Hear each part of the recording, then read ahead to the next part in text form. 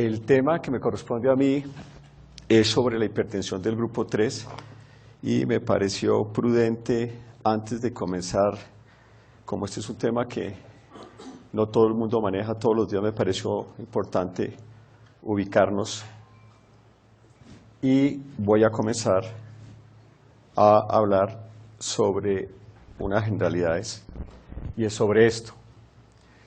Como vieron, el doctor Proe nos dio una extensa y muy buena charla sobre hipertensión del grupo 1, que es la hipertensión más difícil de manejar, con peor pronóstico, que es una enfermedad huérfana, como él lo dijo, o sea, es una prevalencia muy baja y a veces no la diagnosticamos y la diagnosticamos tardíamente, pero existen muchas causas de hipertensión pulmonar.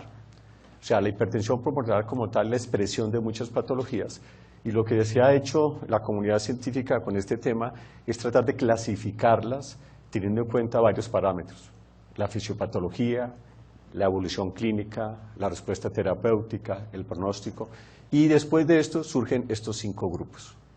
El primer grupo es la hipertensión arterial pulmonar, que es lo que nos acaban de hablar, que como pueden ver es una enfermedad bastante agresiva, con una mortalidad muy alta, pero existen otros grupos, que son el grupo 2, que nos va a hablar la doctora Diana más tarde sobre la enfermedad, la hipertensión por falla cardíaca izquierda, y ahí me corresponde el grupo 3, que es la hipertensión por patologías pulmonares. Está el grupo 4, que van a hablar al final, que el doctor Conde, sobre enfermedad tromboembólica, y un grupo donde echamos todo lo que no sabemos, que es el grupo 5. ¿Por qué es importante clasificar esto? Porque generalmente cuando le dicen a uno hipertensión pulmonar, tengo un paciente con hipertensión pulmonar, lo primero que uno sabe es, no sabe a qué grupo pertenece. Si a mí me dicen, tengo un paciente con hipertensión arterial pulmonar, sabemos que ya es del grupo 1 y se ha hecho todos los estudios que nos comentaron anteriormente. Entonces, voy a hablar sobre hipertensión del grupo 3. Lo mismo, hacer énfasis que hipertensión pulmonar la definición académica es hemodinámica, nos exige el gol estándar, que es un cateterismo, y nos tiene que decir que la presión de la arteria pulmonar media es mayor de 25, y lo clasifico en precapilar o postcapilar para saber si la cuña está alta o está baja, y podemos saber que del precapilar son el grupo 1, 3, 4 y algunos del grupo 5, y postcapilar básicamente el grupo 2. Son como las generalidades. Pero lo más importante es esto: ¿cuáles son las causas más frecuentes de hipertensión pulmonar? Y las causas más frecuentes de hipertensión pulmonar son las que manejan ustedes los cardiólogos, todas las del grupo 2, sigue en frecuencia las de los neumólogos y en menos relación las del grupo 1. De tal manera que de las 2 patologías que vamos a hablar a continuación son patologías que no son huérfanas, que las vemos todos los días y el enfoque y el manejo es totalmente distinto. De tal manera que voy a hablar sobre esto, el grupo 3, pacientes con enfermedad pulmonar obstructiva crónica, EPOC, bronquitis o enfisema, enfermedades intersticiales, trastornos del sueño, hipoventilación alveolar o exposición a la altura. La primera pregunta que uno se hace es, ¿qué tan frecuente es que un paciente con patología pulmonar? Cuando hablo con patología pulmonar no me refiero solamente a EPOC, fibrosis pulmonar, apnea del sueño, obesidad, la más frecuente es EPOC, pero la pregunta es, ¿qué tan frecuente es que la hipertensión pulmonar aparezca en estas patologías? Y la respuesta es, no se sabe. ¿Por qué? Porque la literatura da unos datos tan disímiles como el 30% al 90%. ¿Y la causa cuál es? Primero, el cateterismo cardíaco no se realiza en la mayoría de los pacientes con enfermedades pulmonares. El ecocardiograma, este trabajo es bastante interesante, ahí está la referencia. Este es un trabajo que se hizo con 374 pacientes que iban para trasplante de pulmón y se encontró que en el 44% no se podía medir la presión sistólica pulmonar porque estos pacientes tienen atrapamiento de aire y hace que la ventana ecocardiográfica no sea la mejor. Y en los que se puede leer, el 48% de los pacientes se diagnosticaron mal cuando se comparaba con el cateterismo. Tercero, los parámetros para medir la hipertensión pulmonar varían. Nosotros los médicos somos una especie aparte, como dicen muchas personas, y ponernos de acuerdo es más difícil formar 5 micos. Entonces los neumólogos decimos que la presión de la arteria pulmonar es cuando hay hipertensión, cuando la presión es mayor de 20 milímetros de mercurio. El grupo que maneja hipertensión arterial pulmonar dice que hay 25, de tal manera que los trabajos utilizan en los cateterismos, dependiendo de la especialidad, un parámetro diferente. Por fin, en el último Congreso Mundial de Hipertensión Arterial Pulmonar, todo el mundo se puso de acuerdo y ya se sabe que hipertensión arterial pulmonar es cuando la presión de la arteria pulmonar media es mayor de 25. Sin embargo, en la literatura, los trabajos que hay hechos por neumólogos, la mayoría definen como hipertensión pulmonar presión mayor de 20. Y segundo, la población estudiada, en este caso las enfermedades pulmonares, tienen diferente severidad y diferentes características. De tal manera que no sabemos, pero oscila entre estos dos valores. El otro punto importante que quiero resaltar es que el grado de la hipertensión pulmonar se expresa de una forma diferente dependiendo del grupo. ¿Y cómo es la característica de la hipertensión pulmonar en los pacientes con patologías pulmonares? Primero, la hipertensión tiende a ser leve moderada, de 25 a 35 milímetros de mercurio. Segundo, el incremento de la hipertensión no es mayor de 0,5 miligramos por año y el 50% de los pacientes manejan estos valores de presión de la arteria pulmonar media, el 10% este valor y la minoría, menos del 4%, tiene presiones mayores de 45 milímetros de mercurio. Aquí ya uno comienza a notar que hay una subpoblación que tiene unas características que son estas que veremos más adelante cómo se estudia. El primer estudio, que es un estudio ya del 2009, pacientes con EPOC, pacientes con fibrosis pulmonar, pacientes con síndrome de hipoventilación, pacientes con hipertensión del grupo 1 y pacientes con hipertensión del grupo 4. Y definitivamente todos los que tienen patología pulmonar manejan presiones arteriales pulmonares medias de 26 más o menos 6, 24 y 26, comparados con los del grupo 1, el grupo del que nos acaban de hablar, cuyas presiones son de promedio de 56, o del grupo de enfermedad tromboembólica, cuyas presiones son de 48.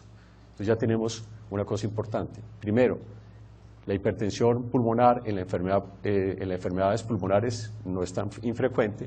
Segundo, tiene un comportamiento que posiblemente en cuanto a valores es menos agresivo. Pero el trabajo más importante es este del grupo francés del Salzburgo, donde se hicieron 998 cateterismos en pacientes con enfermedades pulmonares, principalmente EPOC y enfisema, y se encontró que el 2.7% de esos pacientes tenían una presión arterial pulmonar media mayor de 40, lo cual confirmaba la observación anterior. La mayoría de los pacientes manejan presiones bajas. ¿Qué sucede con estos pacientes que tienen presiones exageradas, que está entre el 4 y el 2.7%? 16 pacientes tienen patologías asociadas. ¿Qué es patologías asociadas? Tiene enfisema, más una disfunción ventricular izquierda, una valvulopatía izquierda, tiene enfisema más una esclerodermia, tiene enfisema o EPOC o bronquitis crónica más una apnea del sueño, más un síndrome de hipoventilación alveolar o más una enfermedad tromboembólica. Y solo se quedó el 1.1% de pacientes que no se encontró una causa. Si uno ve este punto, la pregunta es, la mayoría de los pacientes cogen este camino, que es el que conocemos. ¿Qué pasa con estos pacientes? Esos 11 pacientes a los cuales se encontró que tenían un enfisema y una hipertensión pulmonar severa, exagerada, sin patologías asociadas, ¿qué características tenían? Entonces, primero, pues todos eran un promedio de edad muy parecido, un índice de masa corporal muy parecido, y lo más importante es que la enfermedad obstructiva, que la medimos nosotros los neumólogos por la espirometría, curiosamente no era tan severa. Manejan un volumen expiratorio forzado entre el 50 y el 60%, que se considera una obstrucción moderada. Y segundo, tienen una difusión de monóxido de carbono tremendamente disminuida. Entonces tenemos pacientes con enfisema, que por espirometría no era tan severa, pero que tiene unos parámetros que llamaban la atención. Una difusión muy disminuida, lo que le hace pensar a uno que tiene una enfermedad vascular, microvascular, y segundo, cómo son las características de esos pacientes con la gasimetría. Tienen una hipoxemia severa, no retienen tanto CO2 como los otros, y cuando uno mira los parámetros hemodinámicos, tienen un gasto cardíaco bajo, y tienen una presión de la aurícula derecha más alta y tienen una presión de la arteria pulmonar media más alta, promedio 46. Entonces, la pregunta es, ¿estos pacientes tienen algo más? Estos pacientes tienen la mala suerte de tener enfisema y hipertensión del grupo 1. Entonces es una población que afortunadamente no es muy grande, pero que es una población que nosotros tenemos que tener en cuenta y posiblemente remitir a un centro donde evalúen adecuadamente estos pacientes. Y esto se confirmó con estos estudios en los cuales pacientes con hipertensión desproporcionada para su enfermedad versus los que se comportaban como siempre, enfisemas con presiones promedios de 26 y tienen las mismas características. La obstrucción, fíjense, no es tan severa comparada con el otro grupo. La hipoxemia es más severa en este paciente que en el grupo de EPOC clásico, retienen más CO2, menos CO2 y la presión de la arteria pulmonar media es mucho más alta. ¿Esto a qué obligó? A que el Congreso Mundial pasado diera dos definiciones. Cuando hablamos de hipertensión pulmonar en el grupo de 3 o de patologías pulmonares, EPOC, fibrosis pulmonar o enfisema con fibrosis pulmonar, sin hipertensión, cuando la presión en el cateterismo es menor de 25, con hipertensión cuando es mayor de 25, y hay un concepto que es hipertensión con hipertensión severa, que es cuando la presión de la arteria pulmonar media está mayor de 35, o está mayor de 25, pero hay un compromiso hemodinámico severo con un gasto cardíaco por debajo de 2.5. Como ustedes pueden ver, me adhiero al comentario del Dr. Brone con relación al cateterismo. El cateterismo no es una competencia de tiempo y solo decir la presión de la arteria pulmonar, sino que el cateterismo indica un acto dinámico que me obliga a tomar diferentes medidas y a tomar durante el procedimiento dependiendo de lo que voy encontrando. Entonces, si encuentro un paciente con EPOC y tiene estas características, tengo que hacer gasto cardíaco y hacer una serie de cosas. ¿Por qué es importante esto? Todos sabemos que la hipertensión pulmonar en cualquier patología, de cualquier grupo, es factor pronóstico de sobrevida. O sea, si yo tengo un EPOC con hipertensión, tengo una mortalidad más alta que si tengo mi EPOC sin hipertensión. Y aquí lo vemos. En este estudio del grupo francés, vemos cómo los pacientes que tenían esos 11 pacientes, o 27 pacientes con unas presiones mayores de 40, la sobrevida a 5 años era menos del 20%, mientras que si no tiene hipertensión, la sobrevida a 5 años era mayor del 80%. Y en un grupo más amplio, con fibrosis pulmonar y EPOC y hipoventilación alveolar, vemos que los que tenían una presión menor de 35, la sobrevida es mucho mejor que los que la tienen mayor de 35. La siguiente pregunta es válida, o sea, la enfermedad pulmonar no es tan rara como la del grupo 1, o sea, la vemos todos los días en la consulta. Y vemos que la hipertensión pulmonar cambia el pronóstico de nuestros pacientes. La primera pregunta es, ¿a qué pacientes con patología pulmonar crónica se debe hacer tamizaje? O sea, ¿a todos los pacientes con EPOC le debemos hacer eco? Eso es costo-beneficio. Segundo, ¿con qué criterios los vamos a hacer? ¿Y con qué métodos diagnósticos? El eco en enfermedad pulmonar tiene ciertas limitaciones por las características, sobre todo en el EPOC. Entonces, la conclusión a la que yo llegué es que estamos en mora de hacer un modelo de predicción con múltiples variables para definir cómo se estudia esa patología y cómo se hace el tamizaje. Yo comparo esto, en esto nos llevan mucha ventaja los reumatólogos con la esclerodermia. Ellos lograron, con una aplicación que ya está hasta en los teléfonos, se llama el TEC, ustedes saben que la esclerodermia, el 12% de los pacientes con esclerodermia pueden hacer hipertensión arterial pulmonar. Y ellos tenían las mismas preguntas que estoy presentando aquí. Ellos lograron tener una aplicación que les permite, de acuerdo a ciertas características clínicas, saber, este paciente se justifica hacerle un eco primero. Y si el eco tiene ciertas características, a este paciente se justifica hacerle un cateterismo. Nosotros todavía estamos en mora de desarrollar esto para poder hacer un uso racional de los métodos diagnósticos y también una aproximación lo más cercana para proteger nuestra población. De tal forma que existen dos formas de enfocar un paciente. El paciente que llega con signos de falla cardíaca derecha, le hacen un eco y aparece hipertensión pulmonar. Entonces, el motivo del estudio fue la hipertensión pulmonar. Entonces, ¿qué hago? Lo que dicen las guías de hipertensión pulmonar, signos de hipertensión pulmonar, hago mi tamizaje, el eco. Si el paciente considerar si tiene del grupo 1, del grupo 2, si el paciente tiene confirmación del grupo 1 y el comportamiento es el normal, pues se trata la enfermedad de base. Pero si el paciente tiene el grupo 1, del grupo 2 o del grupo 3 y el comportamiento no es el que estamos acostumbrados, en el caso de las enfermedades pulmonares, la hipertensión es muy alta, están hipoxémicos, la espirometría no está tan comprometida, el compromiso está con un deterioro hemodinámico, esos pacientes tienen que ser referidos a un centro donde se estudie la hipertensión. Pero el enfoque también puede ser distinto. No es el paciente que llega con hipertensión pulmonar, sino es el paciente que se le sienta al médico general, al internista, al neumólogo, con el diagnóstico de EPOC. Ya, tengo EPOC. Entonces la pregunta es cómo lo voy a abordar. Y lo mismo, yo creo que el concepto de que, lo que dijo el doctor Perroni es que no podemos dejar de ser médicos antes de ser especialistas, es eso, es definitivamente los síntomas, los signos, se salen de lo normal que yo estoy acostumbrado a ver con mi paciente con enfisema o con fibrosis pulmonar. Si eso sucede así, le hacemos un eco. Si el eco me demuestra que hay una falla cardíaca izquierda, la trato. Si el eco me dice que sí, hay una hipertensión que es desproporcionada, hacemos lo que hizo el grupo francés, busquemos patologías asociadas. Falla izquierda, esclerodermia, enfermedad tromboembólica crónica, y si no las encuentro, ese paciente lo tengo que llevar a un cateterismo cardíaco derecho. Pero existe en el caso de las enfermedades pulmonares otra versión, y es el eco no es confiable. Tiene un atrapamiento de aire, la ventana no es buena, el ecocardiografista se ven dificultades para hacer los cálculos, y los logra sacar, pero no son muy confiables. Pero si eso sucede y la clínica de mi paciente me dice que algo está mal, ese paciente estoy en la obligación de llevarlo a un cateterismo cardíaco derecho para ver si tiene hipertensión. ¿Cómo trato al paciente? El paciente se maneja primero la enfermedad de base. Primero, quitar las comorbilidades, que deje de fumar.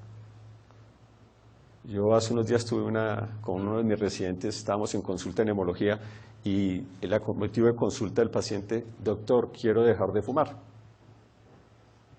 Entonces yo le pregunté al residente, ¿cómo lo va a tratar? No sabía. Sabía cómo tratar el enfisema, sabía cómo tratar la bronquitis crónica, sabía cómo tratar la fibrosis, pero no sabía cómo prevenir la enfermedad. Entonces yo creo que eso es un campanazo para las facultades de que no solamente tenemos que enseñar la patología, sino prevenirla. Entonces, lo más importante, quitar las comorbilidades. El oxígeno, ahorita vamos a comentar eso, en el caso de la enfermedad pulmonar, es la herramienta base. ¿Por qué? Porque la hipoxia alveolar es lo que hace la vasoconstricción y aumenta la resistencia y genera la hipertensión en los pacientes con patología pulmonar. Y cirugía y el trasplante. Aquí hay dos puntos que quiero resaltar, que los voy a comentar ahorita para finalizar, es el oxígeno y las terapias específicas de las que nos habló el doctor Perroni hace un momento, ¿qué papel juegan en el grupo 3? Entonces, primero, tenemos el oxígeno. Solo hay dos estudios clásicos. Cuando uno mira para atrás, a uno le da pena de que tengamos solamente esta evidencia con relación al oxígeno. Un estudio del año 81 y un estudio del año 80, este estudio es inglés, este estudio es norteamericano, sobre la utilidad del oxígeno en los pacientes con enfermedades pulmonares. Y el primer estudio, que es este, con 87 pacientes, se dejó a los pacientes sin oxígeno, tienen una mortalidad de 2 años del 29%, los que utilizaban el oxígeno, la mortalidad era del 12%, y el estudio británico, unos con 12 horas y otros con 18 horas, y vemos que el que utilizaba, en resumen, si se utiliza más tiempo el oxígeno, la mortalidad disminuye. Pero la pregunta del millón en el caso de hipertensión pulmonar es, ¿esa mortalidad se disminuyó por mejoría en el estado hemodinámico? Y la respuesta es no. Aquí tenemos esos pacientes que se estudiaron, el paciente sin oxígeno, la presión de la arteria pulmonar y las resistencias se aumentan. En los pacientes que utilizan el oxígeno a 2 años no más, eso se estabilizó. Y en el estudio, que utilizó más de 18 horas, lograron ver alguna mejoría en la presión y en las resistencias, pero que no fue significativamente estadístico. O sea, no podemos decir con un fuerte peso de que el oxígeno mejora la sobrevida porque mejora los parámetros hemodinámicos. Hay otros parámetros que no hemos evaluado, que desconocemos, pero definitivamente el oxígeno mejora la sobrevida. Mire la pregunta del millón, porque uno de los puntos que yo quiero recalcar es que el ideal sería que todos, cuando salgan de aquí, no volvamos a ver pacientes con EPOC y sildenafil o pacientes con EPOC y Bosentan, o pacientes con EPOC y ambrisentan formulados solos por un eco o por la sospecha de falla cardíaca. Eso ya se ha estudiado, tenemos EPOC leve, EPOC moderado, EPOC severo, enfermedad, fibrosis leve, moderada y severa, y aquí están los estudios con los ERAs, con los signos de la fosfodiesterasa, con los prostanoides y con los de la guanilciclasa, y vemos que esto ya fue totalmente estudiado, y el trabajo más representativo es el de la doctora Blanco, en el cual demuestra que si yo en un paciente con enfermedad pulmonar obstructiva crónica utilizo sildenafil, el trastorno de ventilación-perfusión se aumenta y aumenta la hipoxemia en estos pacientes. La hipoxemia aumenta la vasoconstricción y eso va a incrementar la hipertensión pulmonar. Entonces, hasta ahora la literatura lo que ha demostrado es que definitivamente este tipo de medicamentos no tienen cabida en el manejo de los pacientes con hipertensión y patologías pulmonares. Finalmente, los mensajes para la casa son los mismos de las guías y los quiero resaltar. Primero, la ecocardiografía sigue siendo nuestra herramienta de tamizaje con las dificultades que se presentan en los pacientes con EPOC, pero sigue siendo. Segundo, referir a un centro de expertos o donde manejan más hipertensión pulmonar aquellos pacientes cuya clínica no es la que estamos acostumbrados a ver o aquella en el que el eco me muestra que tiene una presión sistólica pulmonar entre 50 y 60 asociada a una hipoxemia severa, a una difusión disminuida y a un compromiso hemodinámico severo. El tratamiento ideal es el tratamiento de la enfermedad de base y es el oxígeno para corregir la hipoxemia y, importante, el cateterismo solamente está recomendado para pacientes con patologías pulmonares que van a un tipo de terapias como trasplante, cirugía de reducción de volúmenes, o aquellos pacientes a los cuales tiene una hipertensión muy severa que nosotros no encontramos otra justificación y podemos tener otros hallazgos. Hace poquito encontré un artículo de este mes en el cual 2 pacientes con EPOC, con hipoxemia severa, y pues todo el mundo dijo, no, pues eso es por el EPOC, pero los pacientes tenían un compromiso hemodinámico muy severo, tenían un foramen oval asociado. Entonces la pregunta que se hizo el cardiólogo que los estudió, ¿qué fue primero, el huevo o la gallina? En pocas palabras, ¿el foramen oval se abrió por la hipertensión secundaria a su patología pulmonar o el paciente tenía el foramen oval previo y más el aumento de la patología pulmonar y estos pacientes se les cerró el foramen oval y mejoró la hipoxemia? Entonces fíjense que son pacientes que requieren con un análisis más complejo y el ideal es remitirlos. Y lo más importante, este punto que está en rojo, que creo que es lo que más debemos aprender, el uso de los medicamentos que hablaron hace un momento en la charla anterior no está recomendado en pacientes con hipertensión pulmonar debido a enfermedades pulmonares. Eso es como el mensaje que les quiero dejar y eso es todo. Muchas gracias.